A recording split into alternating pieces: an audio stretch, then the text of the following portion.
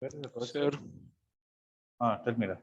sir, school lo konjam late பண்ணிட்டாங்க sir, so I couldn't come. No offline. problem. I made to start. So today alone, I'll attend online, sir. No problem. No. Thank you, sir. Just concentrate. That's all.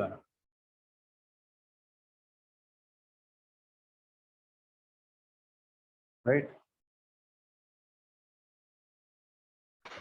Yes, sir. So we'll get started. Say, listen.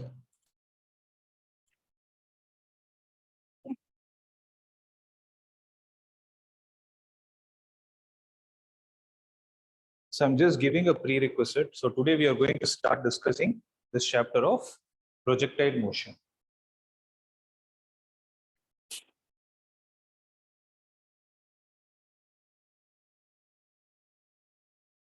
Okay.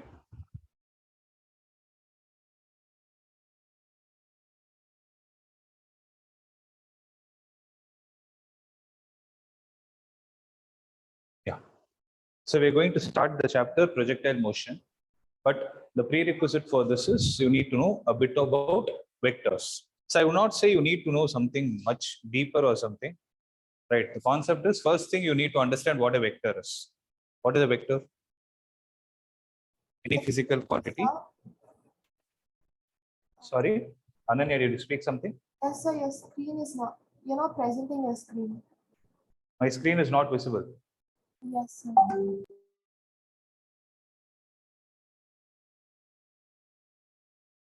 I hope it is now. Yeah. So first thing, what is a vector? Vector is a physical quantity which has both magnitude and direction. Right? We had been discussing about these quantities in the previous chapter also.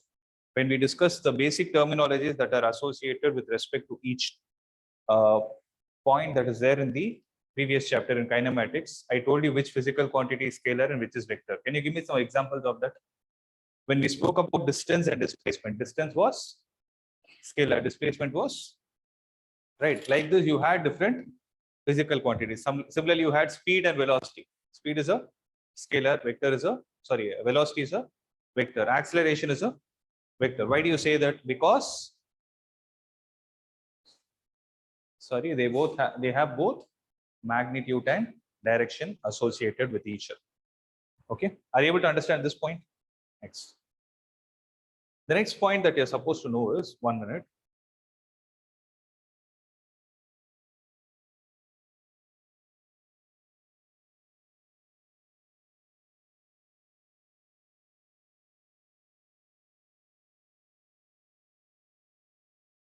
See, the next point that you're supposed to know is how a vector is diagrammatically represented. So when you take a vector, it is represented with a narrow mark. It is an arrow mark basically.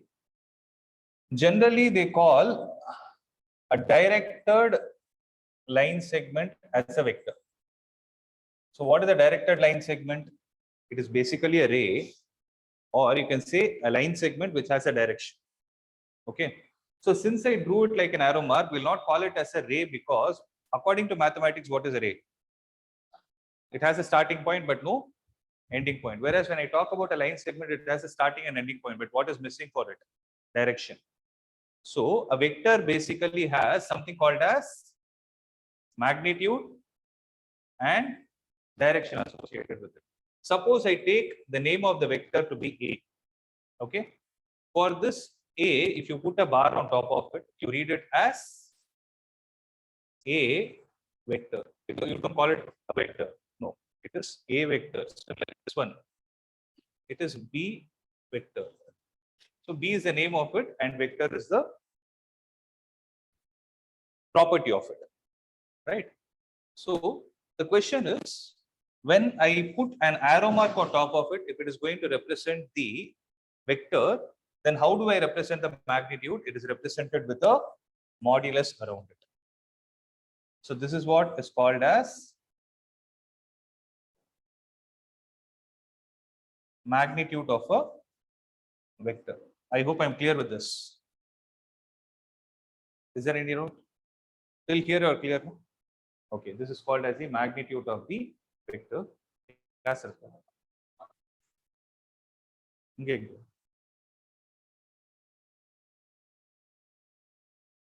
So when you take a vector, okay, see, just to recollect the concept,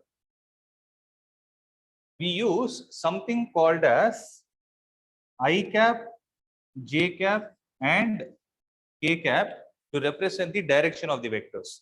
So if suppose there is an object which is moving along x direction, so you write some number, tell me some number, 7. So let's say it has covered 7 units in the x direction, then how do you represent it as? 7 I cap is called as the displacement. Displacement, we use a symbol S. So you put a bar on top of it. Similarly, if I take a point here, what will happen? 2, 3 is, if I take it, Anirudh, tell me. So if I write displacement like this, you write it as 2I cap plus 3J cap. Similarly, if it is in a space, then you write it as 2I cap plus 3J cap plus whatever is the Z coordinate times K cap. I hope you're able to understand that point. Okay. This is one thing that you need to know. You understood how a tell me. Tell me. Sir, இல்ல sir, headset disconnect ஆயிடுச்சு sir. அதான் Okay. check பண்றேன். Okay. So I hope you could understand what is magnitude and these vectors I cap. So this I cap, J cap, and K cap are basically called as orthogonal unit vectors. They're called as orthogonal unit vectors. Unit vectors means something which is used to represent the direction. So have these things in mind. Clear with this? Right. Now, next is, see, listen to this carefully. If I take this point as 3, 4, and if I take this to be O, from O, if I join to this point, let me call this as A. Then how we write it as? We write it as O, A with a bar on top of it. So how is it understood? It means OA vector. So where O is the initial point, A is the final point. So how are you supposed to represent it? OA vector is written as 3I cap plus 4J cap. I hope you could understand this. This is a very simple thing. Okay. But the next point that you need to know is this 3 and 4 are called as rectangular components.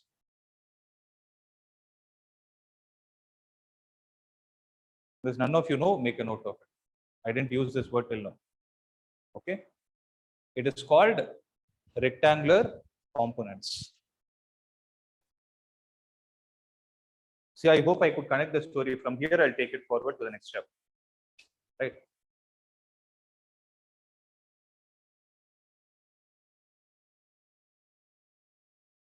Those who are online, I hope you're able to understand.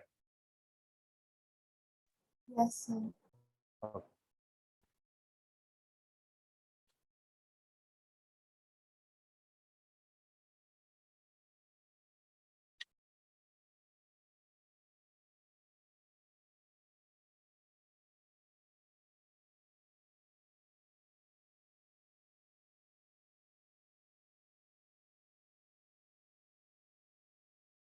Right?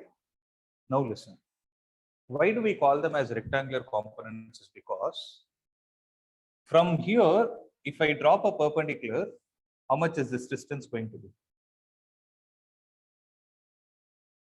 From here, if I drop a perpendicular, how much is this distance going to be? So when I drop these perpendiculars, what is the shape that is getting obtained? That's why you gave a name called as rectangular components.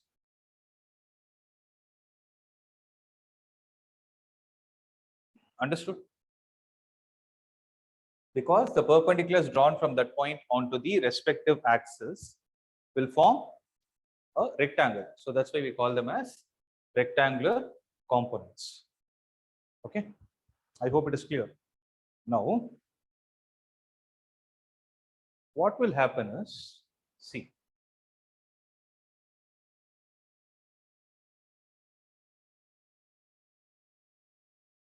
I'll just go in the reverse. See,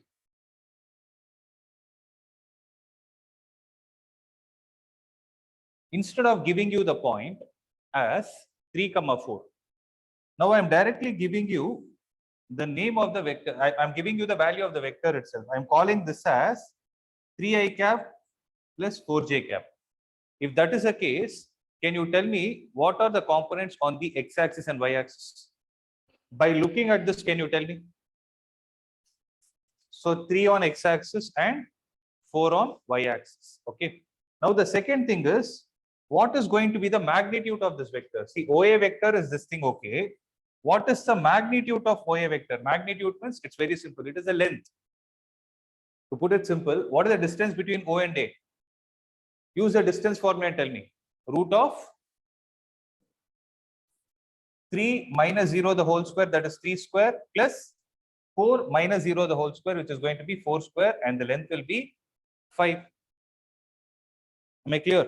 So how are you actually able to relate to this? So how do you write the magnitudes as? Can you write them as square root of what? Coefficient of I cap square plus coefficient of j cap square. Had there been k cap also, what will you write? Coefficient of k cap square. Okay, this is point clear. Now what I'm going to do is, I'm going to break this vector along x direction and y direction. Okay, what am I going to do? I'm going to, no problem. I know that when 12th standard is facing that issue, no issue. Okay. Yeah. So I'm going to break this into 2 parts. Which part? Along x direction and y direction, right? And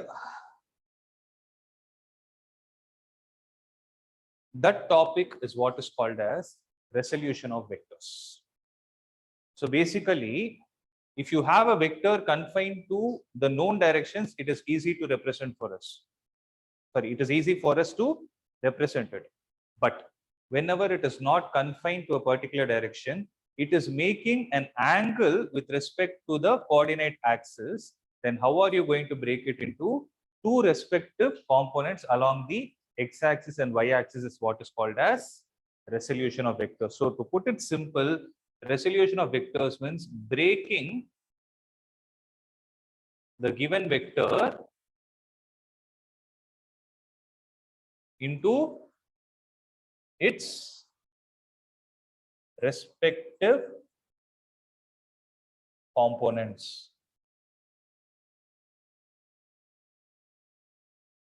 So breaking the vector into its respective components is what is called as resolution of vectors.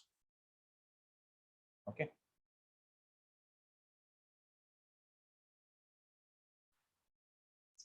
Sir, Tell me. sir, you told that the breaking down of vectors into its respective components is resolution. So, can there be is there any equivalent function for scalar quantities as well? There is nothing like that. For scalar, it's just a number. That's it. You need not be worried about it. Vector, you have a number plus direction. No, that is why we are forced to break it. Okay, sir. You will understand why I'm breaking it after I explain the concept of projectile motion. Okay. Okay, sir. So I hope this is clear. No, you understood what is the Yes. resolution. So rest of it is my headache. Don't worry about it. I'll tell you. Did you understand that there is a vector? I'm breaking it into 2 parts. What are the 2 parts? One part will be along x direction, one part will be along y direction. Basically, I'm breaking that vector into its respective rectangular components. That's what I'm doing. Okay. So if I give you the point 3, 4, means I've given you the x coordinate and y coordinate, then you are able to write the vector as 3i cap plus 4j cap. So there are 2 ways of understanding it. Okay, it's very simple. I'm trying to relate coordinate geometry and vectors. So if I give the coordinates of a point, you'll be able to write it as a vector. Now, if I give you the vectors, will you be able to write the coordinates is what the question is. So it's not only about writing the coordinates, will you be able to represent it diagrammatically is what the question is all about. Okay. Now listen to this carefully. Suppose there is a vector like this, which I call it as a vector. Now, if you observe this A vector, it is neither aligned along the x direction nor along y direction. It is somewhere in between. So what I'm doing here is, here I'm taking the angle to be theta. Am I clear with this? Right. So what is the condition here? There is a vector A which is making an angle theta with respect to x-axis. So I'm saying break this into respective components. So whenever I give you a task, or whenever there is a question that is given to you in terms of general values, have this in your mind. Your answer should always be in terms of the values given in the question. If you introduce something, you need to eliminate it. So having said this, what are the two values that are available here? A is a variable. Sorry, A is given, theta is given. So my answer in terms of the respective components should be only in terms of A and theta. Right? So is this point registered? Second, since I'm trying to break it into rectangular components, whenever I talk about rectangle, the corners, the edges are aligned among themselves at 90 degrees. So whenever 90-degree and theta comes into picture, my mind will start thinking about trigonometry. So what I'm going to do here is, this is clear that this is OA, where O is the starting point, A is the ending point. From A, what am I supposed to do? I'll drop a perpendicular, and that perpendicular, I will call it as X. And from here, I'm dropping a perpendicular. I'll call this distance from the origin as Y. Now tell me one thing. How can I write A vector in terms of X and Y? Can I write it as Xi cap plus Yj cap? But what is that? What is that I told you in the beginning? X and Y is introduced by me. So I need to eliminate it. So for that, what I will do is, observe, I will take this as M and this as N. So these points are called as the foot of the perpendicular. So when you drop a perpendicular, the perpendicular will touch the base, right, at a particular point, or it will touch a line at a particular point. That is called as the foot of the perpendicular, FOOT. Okay. Now see, if I take the triangle, OMA, and if I take this to be theta, this is X and this is A. So if you observe, I didn't write it as A vector because I'm taking only the length into consideration. So whenever you remove the arrow mark on top of it, it becomes magnitude. So what is X by A according to trigonometry? X by A is cos theta, which implies X is equal to A cos theta.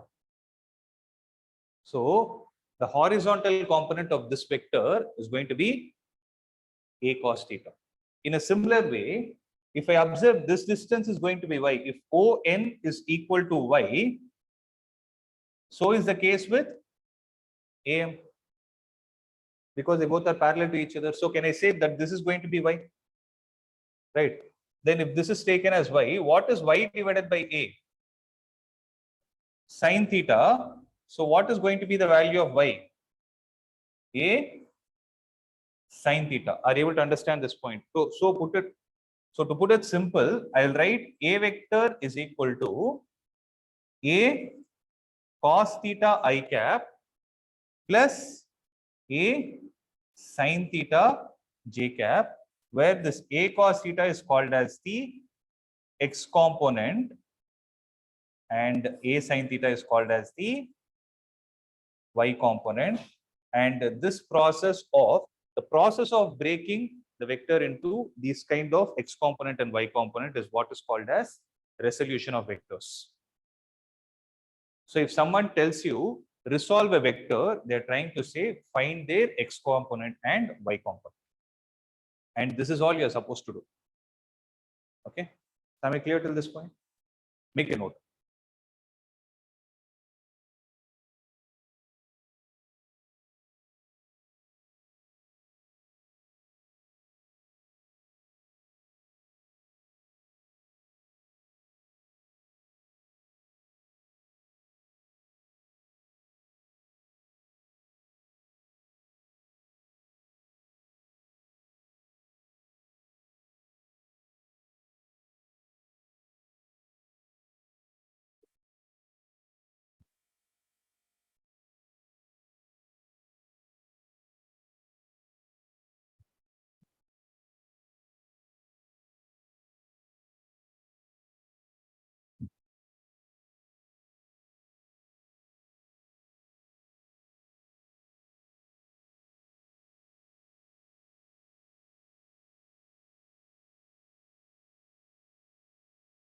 Those who are online, could you understand?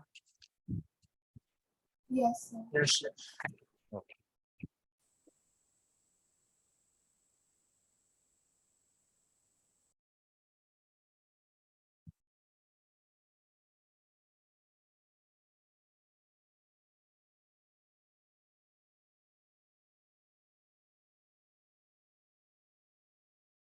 Shall I proceed?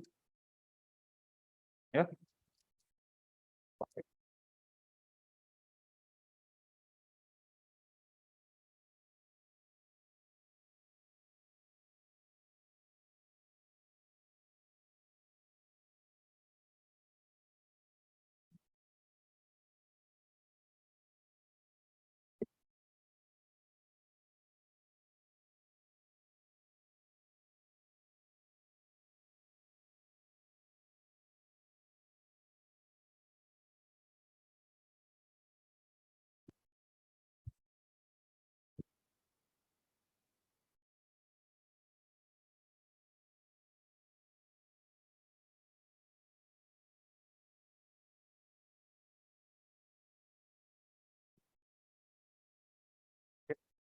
Done, Ada?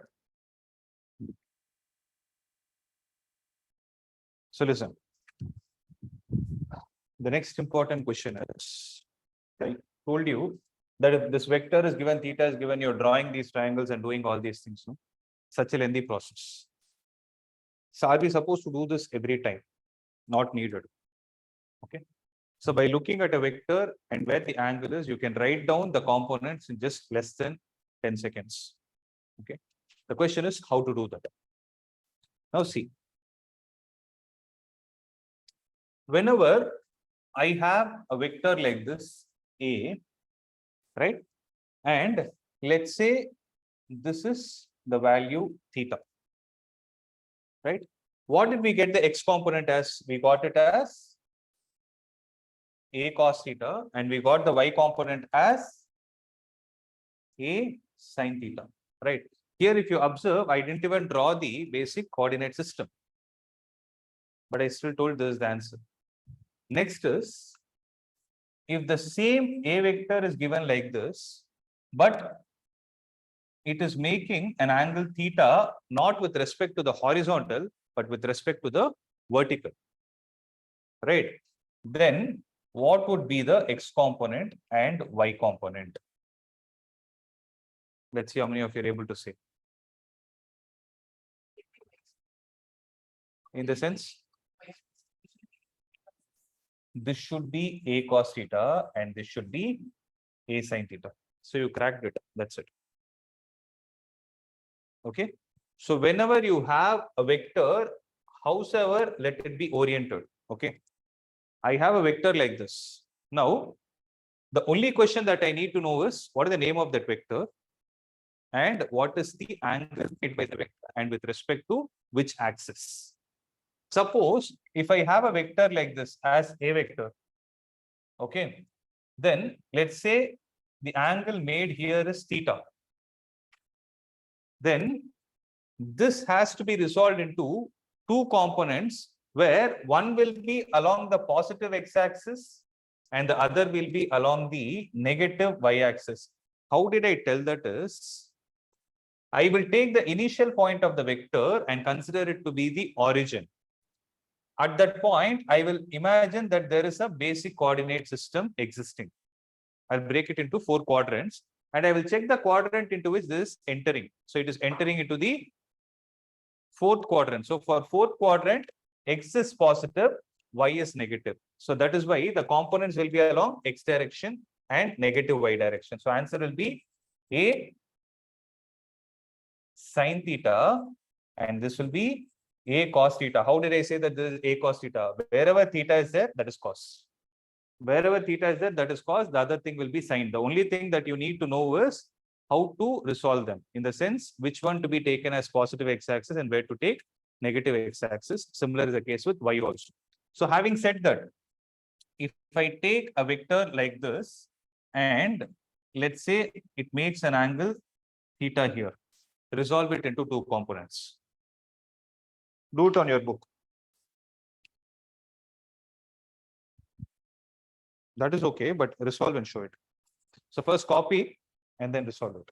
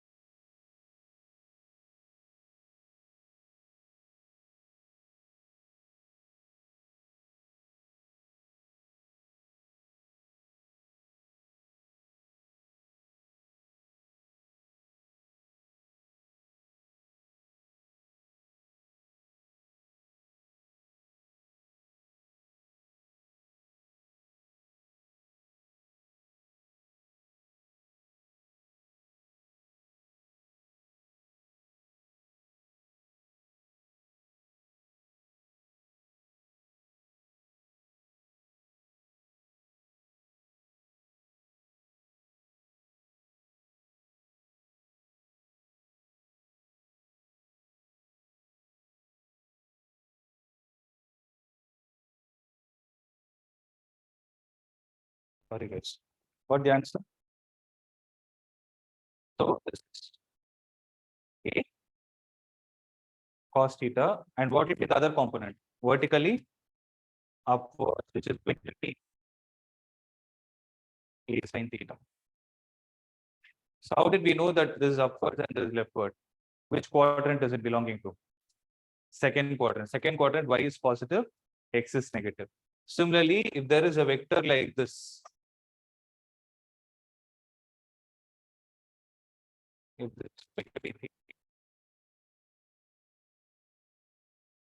cos theta, fine. Did you understand why we are doing in the first place? So you know what a form of rectangular components, we are just doing the reverse. Instead of them giving you the rectangular components, they have given you the vector and the angle made by the vector with either of the axes. You break them into respective rectangular coordinates, right? Or rectangular components. So having said this, we can get started with the topic of projectile motion, right? So make a note of this. Projectile motion, a very, very, very important topic. So trust me, for projectile motion, all that you need is concept of resolution of vectors and the previous chapter's knowledge, the three equations of motion. Okay. So listen. So what is basically a projectile, right? So when you talk about a projectile,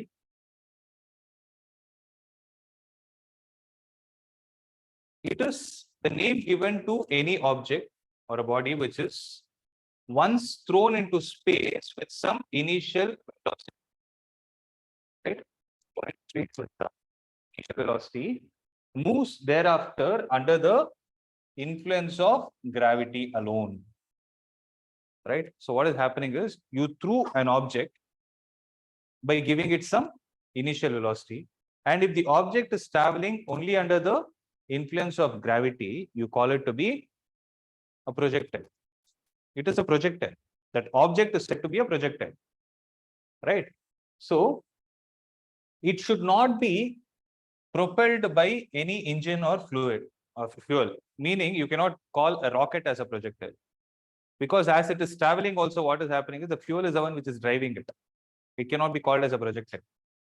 So once you project it into the space, you have nothing to do with it. Who's taking care of it? It is only gravity. Okay, then you call that to be a projectile, right? So the path followed by a projectile is given a name called as trajectory. It's given a name called as trajectory. Okay, so we can see some of the examples of projectile motion. They are a javelin thrown by an athlete. So how is he going to throw it? So it is going to be projected in this way, and it travels in this path, and it is going to go and land like this. So if you observe, right, from this point, it is projected. It is neither projected along the x direction nor y direction. So in the previous chapter, there was a concept where the objects were vertically projected or the objects were horizontally traveling. Here, what is happening? The object is given a velocity in this direction. So it is going like this, taking a turn, going to come and hit like this. So what is the shape you are able to see? So that parabola is called as the trajectory. So the trajectory in this path is going to be a parabola, right? Second is an object dropped from an aeroplane.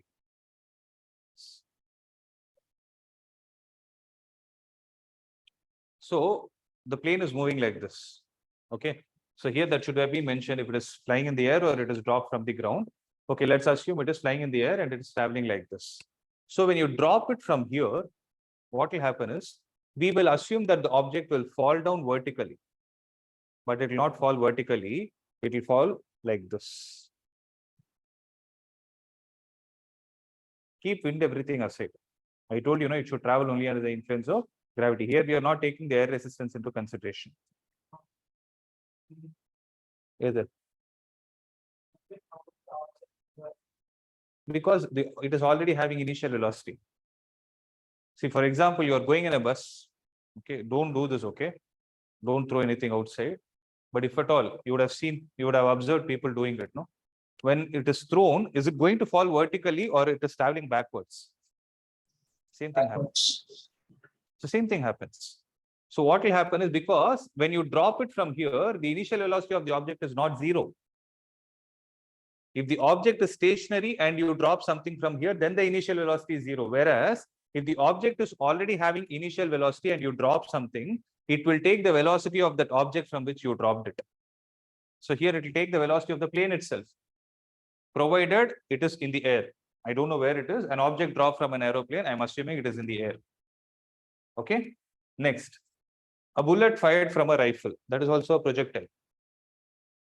Suppose you have the rifle at this height, it is fired, then what will happen is the bullet will go in this direction. It has the initial velocity in this direction, but it will never continue to move in this direction only. After a point, it has to come down. Because its velocity is more, initially when the velocity is more, it is happening because of a concept called as conservation of linear momentum.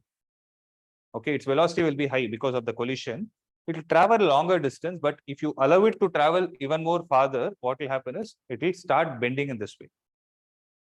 Right? But still it can be called as a projectile, because what is the definition of projectile according to physics? It should travel under the influence of gravity. Once it is in motion, you should not have any other external factor which is influencing it.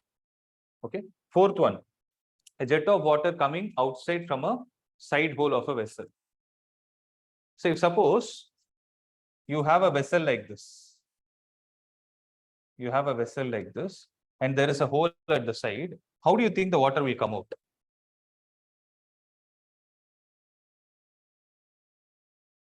So the water starts coming and falling in this way.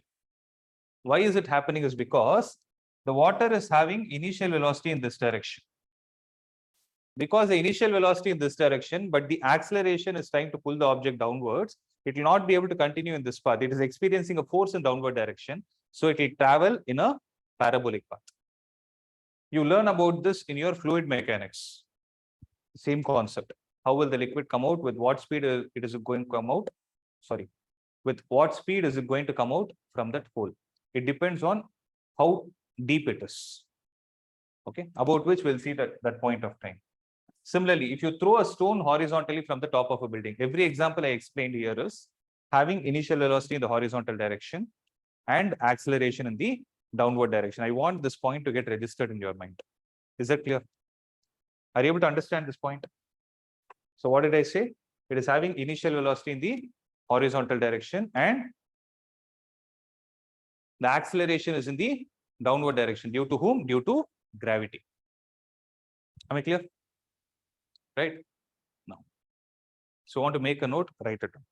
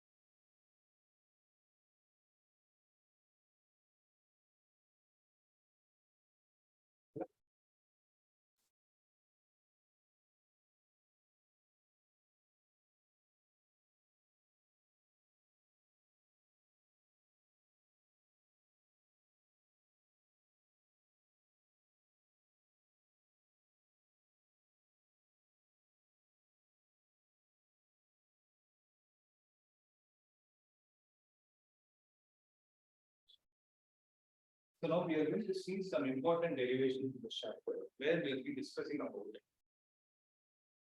Three important parameters related to a projectile, which is given an angular projection. Okay. So it is given an angular projection.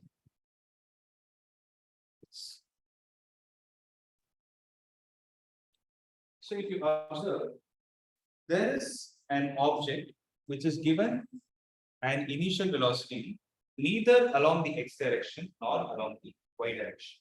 So what is happening is it is given at some angle theta with respect to the horizontal. So first point I want you to remember is we are going to derive some mathematical expressions.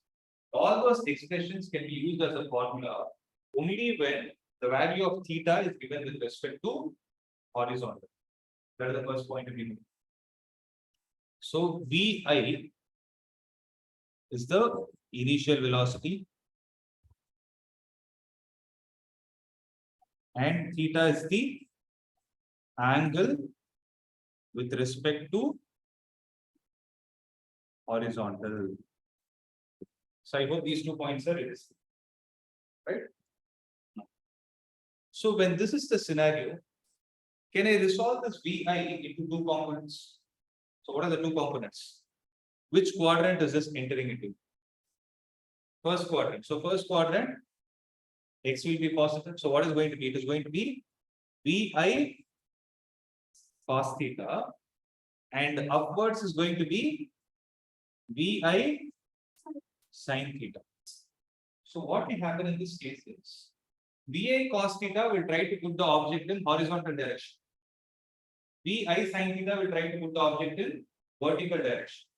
So what will happen is the object has a restriction. It cannot completely go along the x direction or completely go along the y direction. So if we start moving in a curved path like this, which is again turning out to be a parabola, and we will prove that this is a parabola in the subsequent topic. As of now, we are only going to derive the important values that are associated. So if an object is projected from the ground, it is taking this path, right? It is taking a path at a particular instance. It will be able to reach a particular vertical height, after which it will take a turn in the downward direction. So till a certain point, it will travel in the upward direction. After reaching that point, it should take a turn in the downward direction. That is what we saw with respect to javelin, right? So when you look at this, it has to go like this, take a turn, and come and hit like this. When this is happening, there is a point at which it needs to take a turn, right? So that point, the distance between that point and the ground is called as h max. It is the maximum height of this projectile. Okay. So this is the maximum height of this projectile. Similarly, after it takes a turn, it has to come and hit the ground at some point. So the distance from the initial point till the final point where it is hitting the ground along the horizontal is called as horizontal range, and it is represented by the symbol capital R, right? And third parameter is the time it takes to travel from the initial point till the final point, which is called as time of flight. Okay. So the 3 important parameters that we are going to calculate is h max, which is going to be the maximum height attained by the projectile.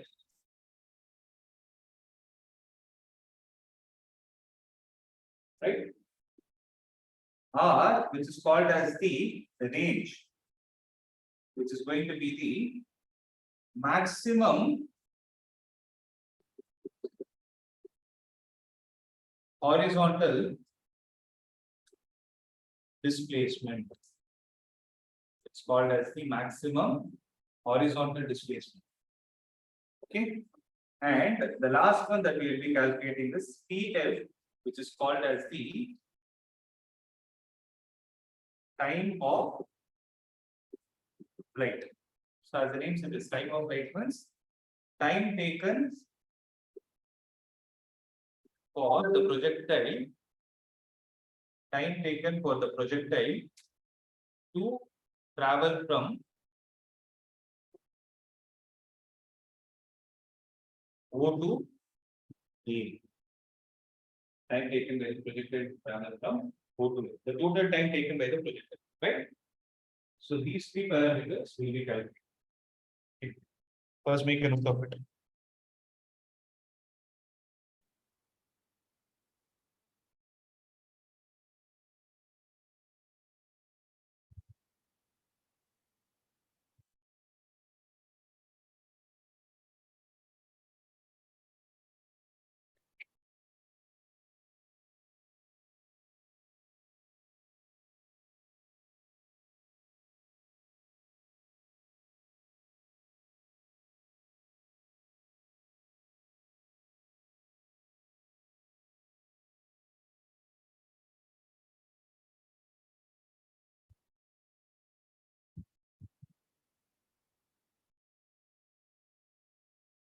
Horizontal.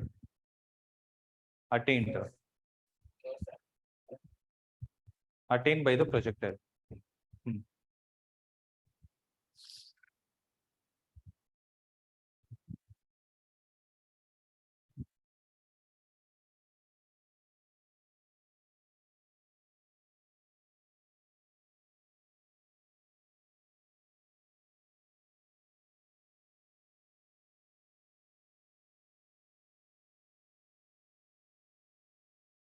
One minute.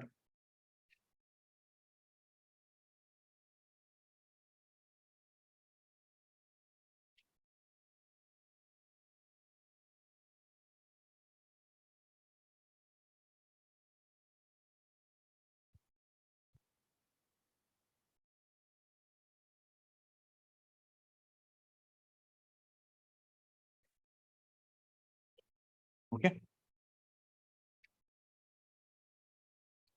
So let me know once you're done copying. Done? Okay.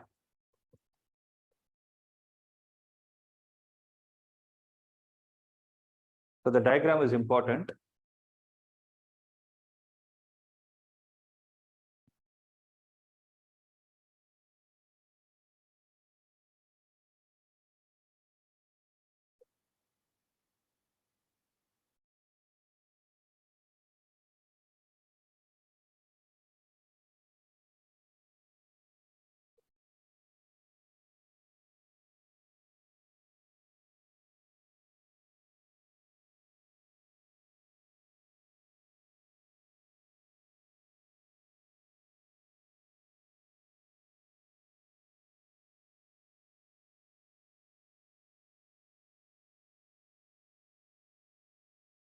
Okay. Shall I proceed? Okay, listen.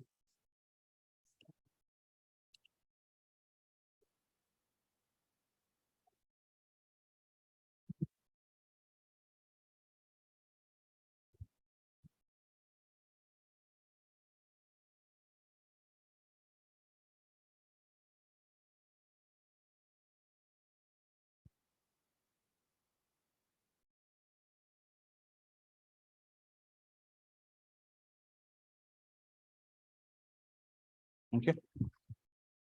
Now listen. So this is how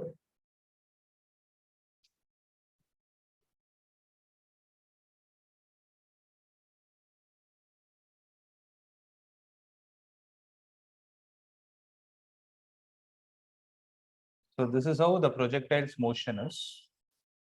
If I take this to be Vi and this is taken to be theta, then this is going to be Vi cos theta and this one is going to be Vi sin theta. Now what we will do is we'll prepare a table. Okay. X direction, Y direction. If I talk about velocities, right, where I call them to be initial velocities. What is the initial velocity along the X direction? It is Vi cos theta. What is the initial velocity along the vertical direction? It is Vi sin theta. Okay. Now the next concept is about acceleration. So when I talk about acceleration, what is the acceleration experienced by the object along horizontal? Nothing. There is no force stopping it in the horizontal direction. But vertically, what is happening to it? Whether the particle is here, whether it is in the upward journey or in the downward journey, the acceleration along the vertical is always in the downward direction. Since I took upward to be positive, I'll take downward to be negative. So I'll call this as minus g. Am I clear?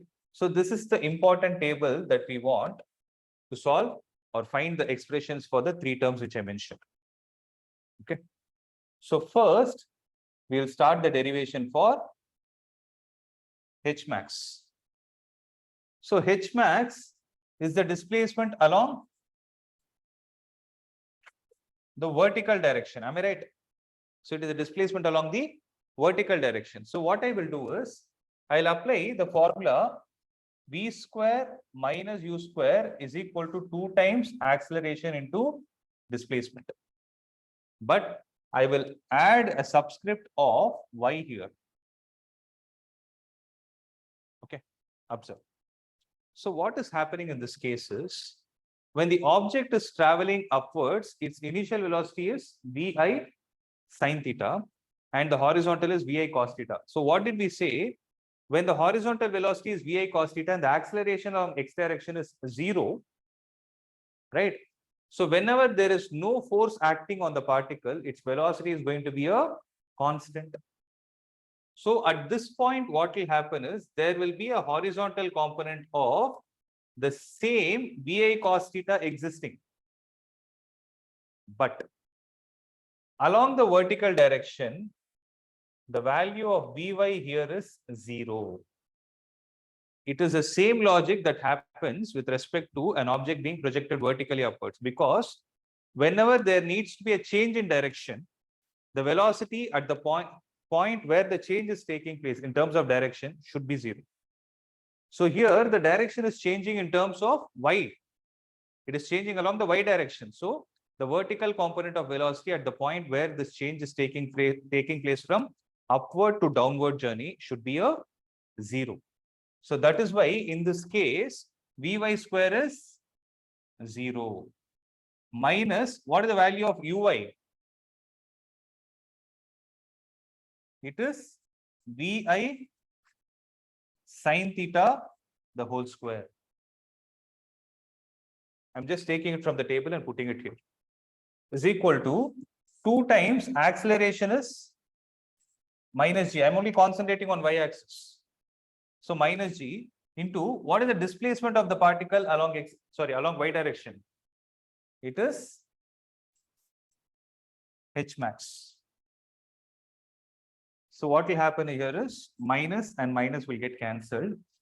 Vi square sin square theta is equal to 2g into h max. So what is the value of h max? It is vi square sin square theta the whole divided by 2g. So this is going to be the first mathematical expression that we are seeing. So it is vi square sin square theta divided by 2g, right? So make a note of this.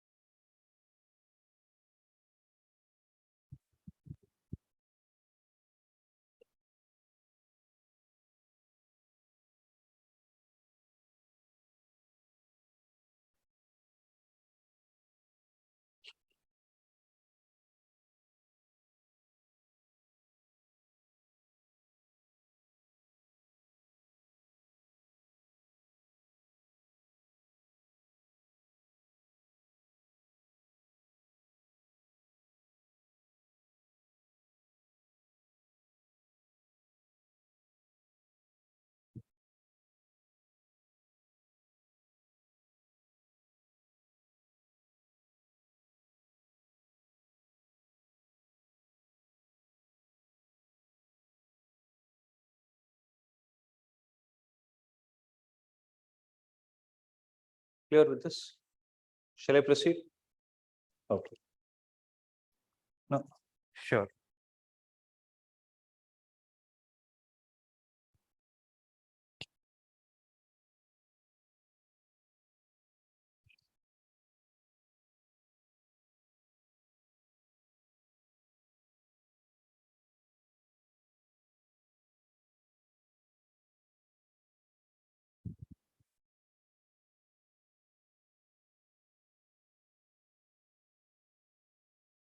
right? Okay, listen. So the second expression I'm going to derive is going to be time of flight, which is given as TF, right? So what is the meaning of time of flight? The time taken by the particle to travel from O to A, right? Time taken by the particle to travel from O to A, as simple as that, right? So if I look at the displacement of the particle from O to A along horizontal direction, how much is it? What is the displacement from here to here along the horizontal? It is R, maximum, sorry, it is the maximum horizontal distance, which is the range. Whereas, if I ask you what is the displacement from O to A along y direction, it is, what is the displacement of the particle from O to A along y direction? It is 0. Why? It is 0 because it is starting at horizontal, ending back at horizontal. So there is no vertical displacement at all. So I'll explain it clearly. Listen. If they ask you what is the vertical displacement between the points O and B, what will you say? H max. So displacement means what? You join a line from the final to the initial point. So if you take this to be the horizontal, what is the vertical displacement of the particle?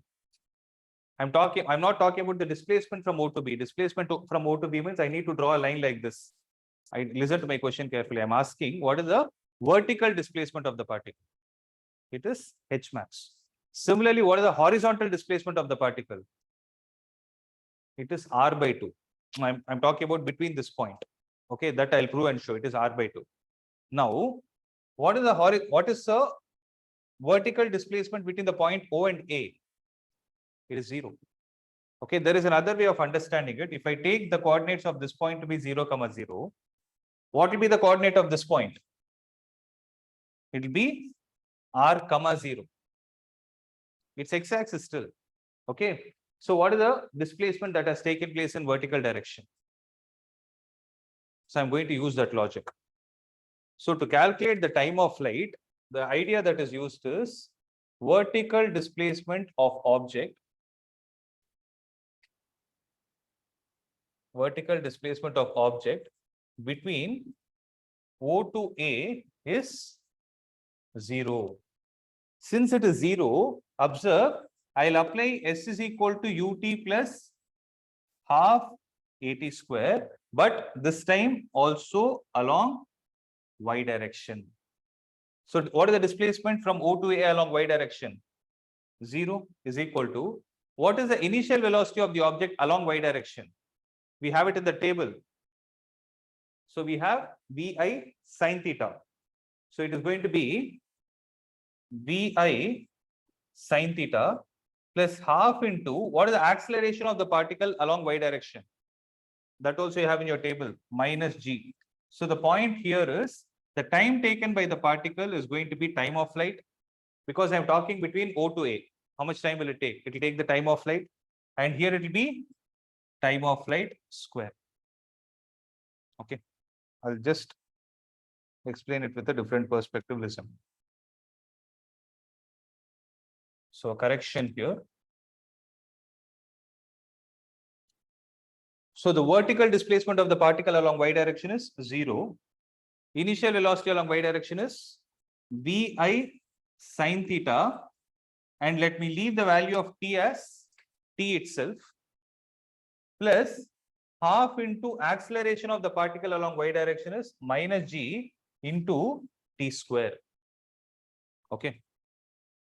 So here the meaning is, one thing that we will do is, whenever we see this expression, we'll cancel t and 1t from here. Don't do that. Because 0 is equal to t into Vi sin theta minus gt square minus gt divided by 2.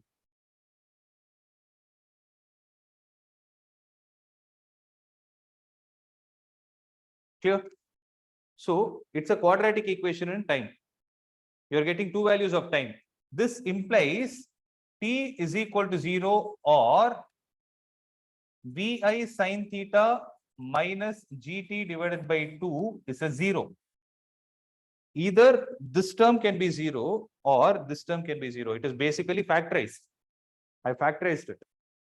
Now, the meaning of first t is equal to 0 is the initial point. Because what is the vertical displacement of the particle when it was at initial point? What is the vertical displacement of the particle when it was at initial point? It is 0. How did I start the derivation? I told vertical displacement of the object is 0, right? So the vertical displacement of the object is 0 at two instances. When is it? One is at the initial time, and the second is when the value of time is time of flight. So if you rearrange this equation, you will get vi sin theta is equal to gt divided by 2, t is equal to 2 vi sin theta divided by g, and this t is what is called as the time of flight.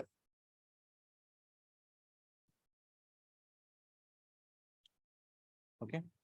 So I have to explain this because one thing that you will assume is time. This expression has only one value. No, they can twist and ask you in your MCQs. So what are the two instances at which a projectile, when it is projected with theta with respect to the horizontal, is going to have two vertical displacement 0? One is at initial point, and the second is when the time is the time of flight. Am I clear with this? Right. Make a note of it.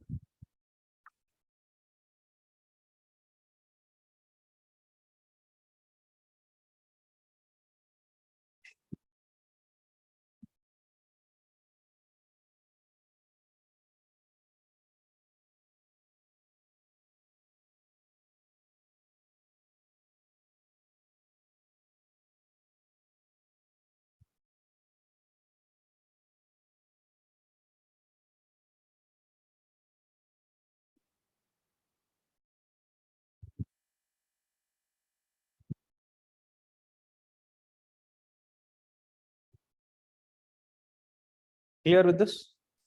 Yes.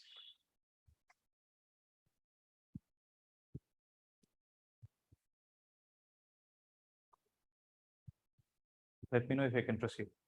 Okay. So the third expression that I'm going to derive now is horizontal range, which is given by the expression capital R. So when I talk about the horizontal range, observe. Horizontal range is taking place along which direction? Is it x direction or y direction?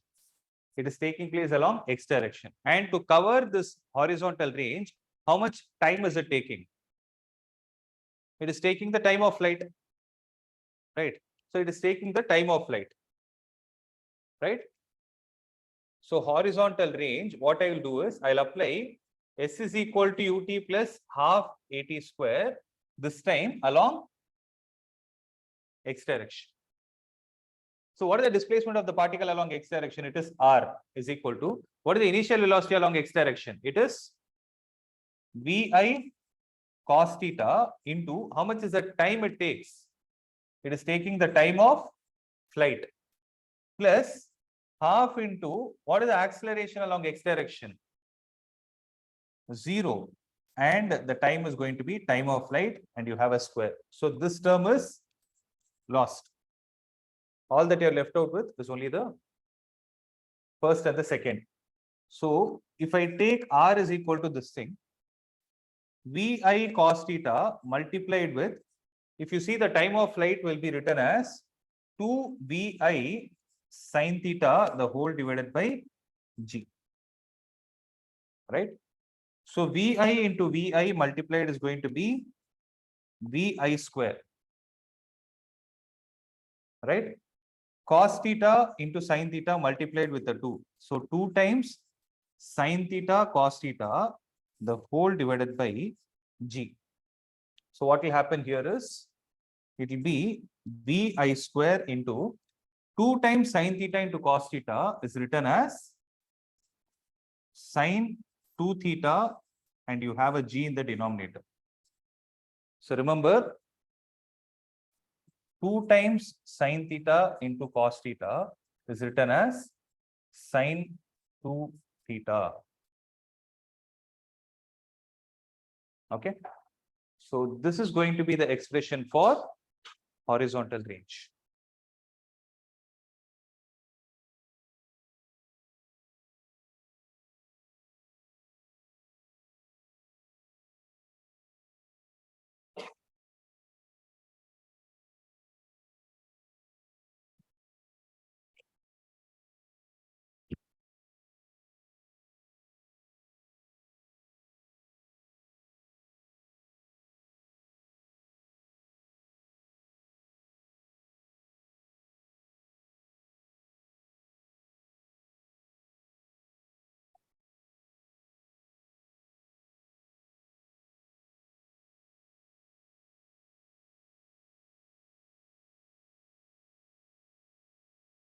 Okay. So I hope it is clear. Okay. Now, these are the 3 expressions which we will summarize and write it. But before that, there is another point that will be asked from this. So I told you horizontal range means the maximum horizontal displacement. But there is another question also that can be asked. When will the particle have maximum range? So when can a particle have maximum range? In the sense, observe. Let's say I project the particle at value theta 1. It is traveling like this.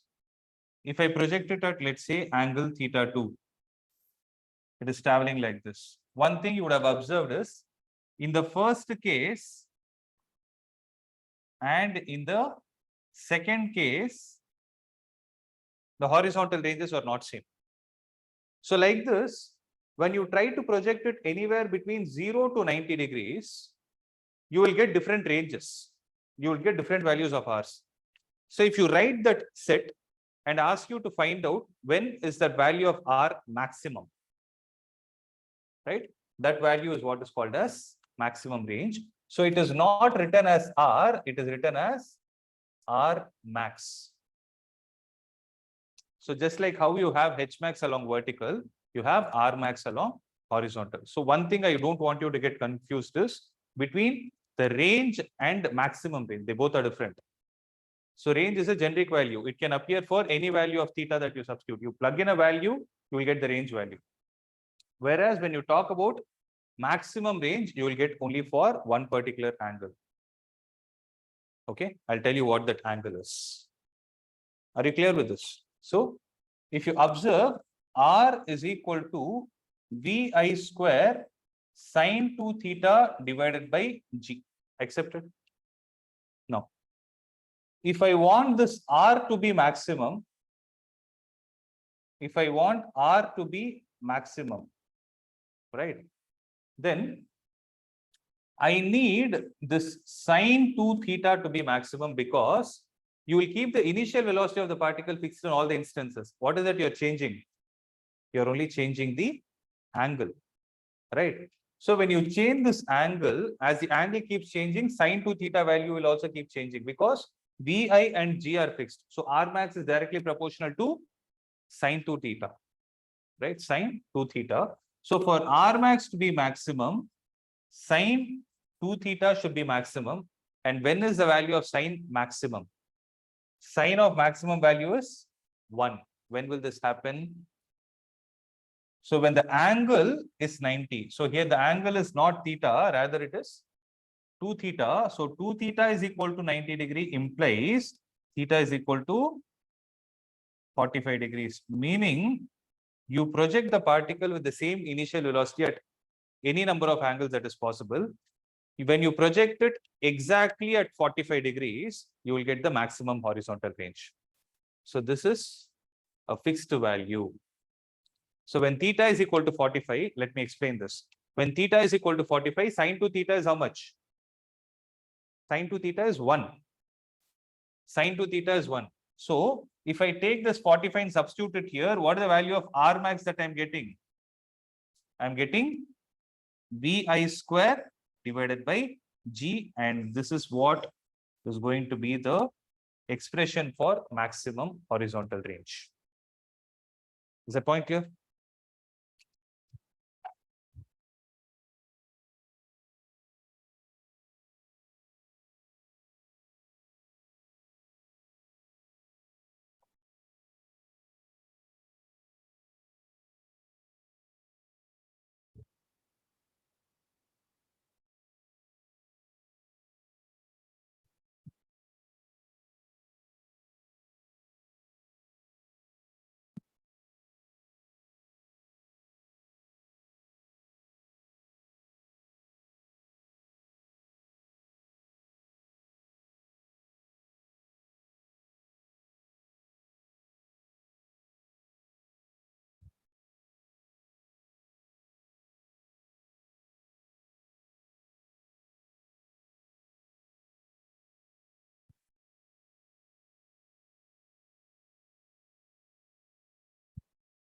Okay.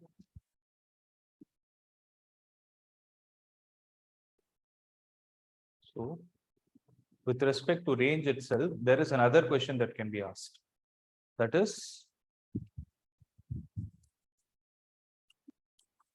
a relation between angles for range to be the same. So relation between the angles for the range to be the same, where in this case also you consider the initial velocity to be the same. Okay, meaning I have two projectiles which I'm throwing at the same velocity but different angles. What is happening? I'm throwing one projectile at this angle and it has this range. Okay, let me call this as theta1 and let the initial velocity here be vi. I am throwing another projectile at this angle where the initial velocity is vi, but what is happening this time is, though the angle of projection is different, it is still having the same horizontal range. What are those two angles? Is what the question is. So simple. If I take the initial value for the first particle to the angle of the first particle to be, sorry, correction. If I take the angle made by the first particle with the horizontal as theta1 and the angle made by the second particle with respect to the horizontal as theta2. Okay, what should be the condition here? R1 should be equal to R2, which implies vi square sine 2 theta1 divided by g. I wrote the formula for R1 is equal to vi square sine 2 theta2 divided by g. So vi square and vi square are lost. G and g is gone. So what is that you're left out with is sine 2 theta1 is equal to sine 2 theta2. So one of the things is when sine 2 theta1 is equal to sine 2 theta2, I can write sine 2 theta1 can also be equal to sine of 180 minus 2 theta2, because sine 180 minus theta is also sine theta. If you don't know, make a note of it. Sine 180 minus theta is also sine theta. So sine 2 theta2, I wrote it as 180 minus 2 theta2. So obviously from this, what will happen is I will get theta1 is equal to theta2. That is obvious. When you project it at the same angle multiple times with the same velocity, you will have the same range. But this is not what we are concerned about. It is about this. So when I compare the angles here, what will I get? 2 theta1 is equal to 180 minus 2 theta2. So what will happen? 2 will cancel this 90 times and this is also gone. Theta1 plus theta2 is equal to 90 degrees. Meaning of this, when you have the same initial velocity, but if you project the particles at complementary angles, meaning If the angle of projection here is 30, what should the angle of projection here be? 60. So the angles should be complementary to each other so that you get the same horizontal range. So from this, the conclusion is theta 1 and theta 2 should be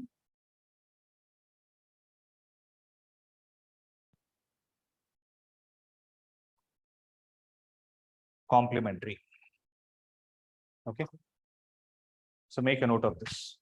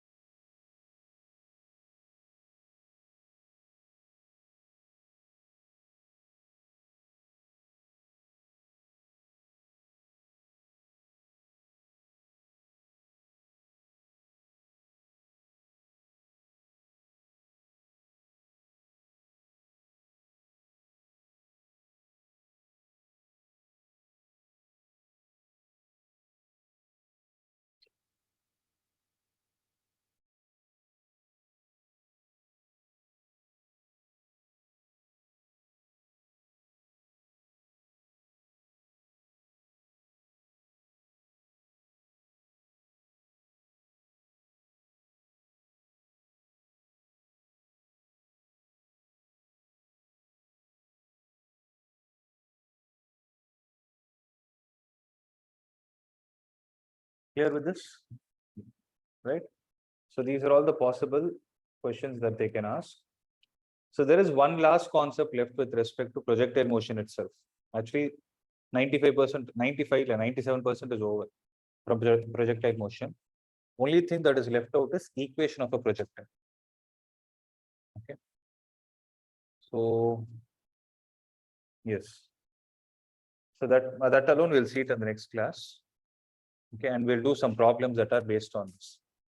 So any other question from today's class? All clear? Right. So those who joined late, you got message related to the classes. Okay. So make use of them.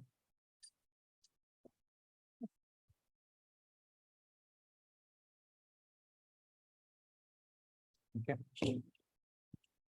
Okay, that's it from my side. Any other questions? All okay?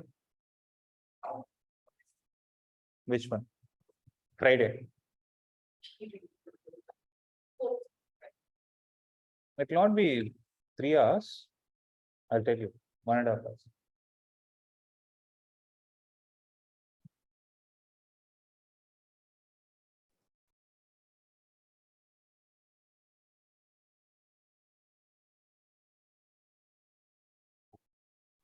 Excuse me, sir. Yeah, tell me, ma'am. Do we have a test on the second chapter next week? Yes, you'll get a message. Is it like 40-mark test or class test? That I'll decide. Okay, sir.